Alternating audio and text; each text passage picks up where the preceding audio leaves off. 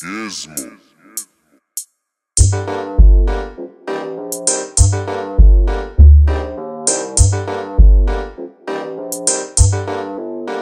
Bonjour à tous, bienvenue dans cette nouvelle vidéo.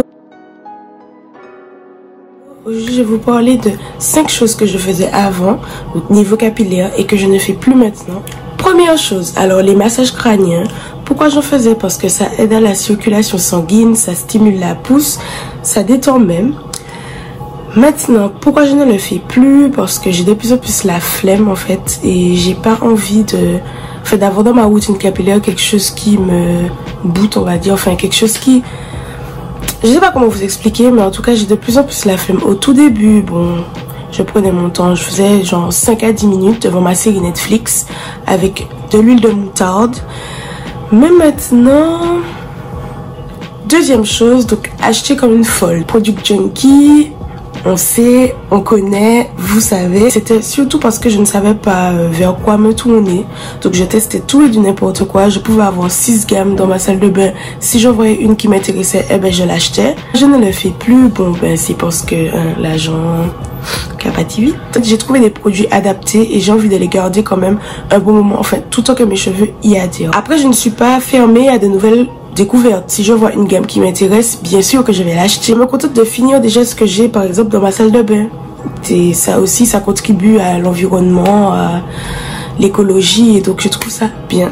C'est encore mieux si on ne se tourne que vers le naturel, donc essayer de trouver des alternatives dans la nature même, au lieu d'acheter carrément des produits manufacturés.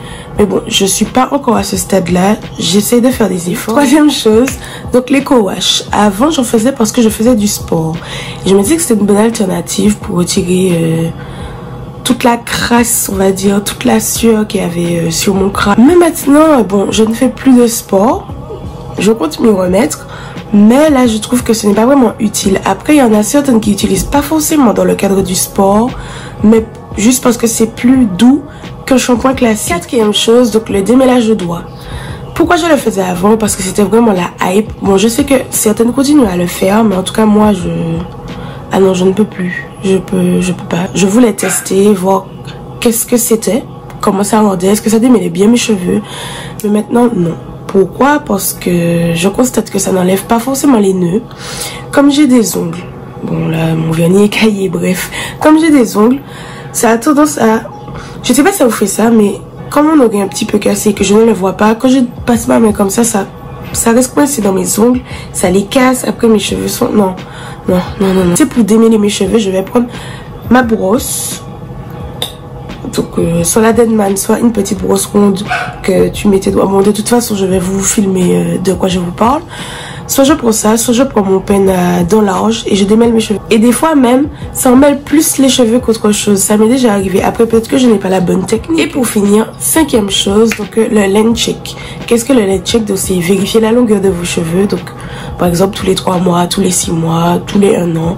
Pour vérifier la longueur, mais vous prenez un petit mètre pour voir exactement les centimètres. Je le faisais avant, c'était pour vraiment voir comment mes cheveux poussaient, mais maintenant, ça fait un moment que je ne suis plus du tout focus sur le fait que mes cheveux grandissent. D'ailleurs la preuve en est, février dernier j'avais coupé mes cheveux, donc ça ne me gêne plus de couper mes cheveux, je l'ai déjà dit dans mes précédentes vidéos. De toute façon, quand des cheveux sont en bonne santé, ils vont forcément pousser, donc je me suis dit que je n'allais plus me focus sur la longueur parce que c'est vraiment un cercle vicieux. Vous êtes toujours en train de vérifier et vous portez trop attention à vos cheveux au lieu de les laisser tranquilles. Je fais moi pour voir vraiment l'évolution. Si je regarde mes photos d'avant et mes photos maintenant, j'ai pu voir que lors de ma vidéo mon aventure capillaire, j'avais mon petit afro en boule et je n'arrivais pas à faire de couette, donc de couette avec des élastiques. Mais maintenant je peux attacher mes cheveux carrément avec un élastique, donc déjà ça me prouve que ça a poussé. Donc voilà, c'était tout pour cette petite vidéo. J'espère qu'elle vous aura plu. N'hésitez pas à me dire,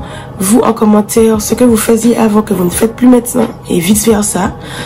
Et voilà, donc je vous dis à la prochaine pour une nouvelle vidéo.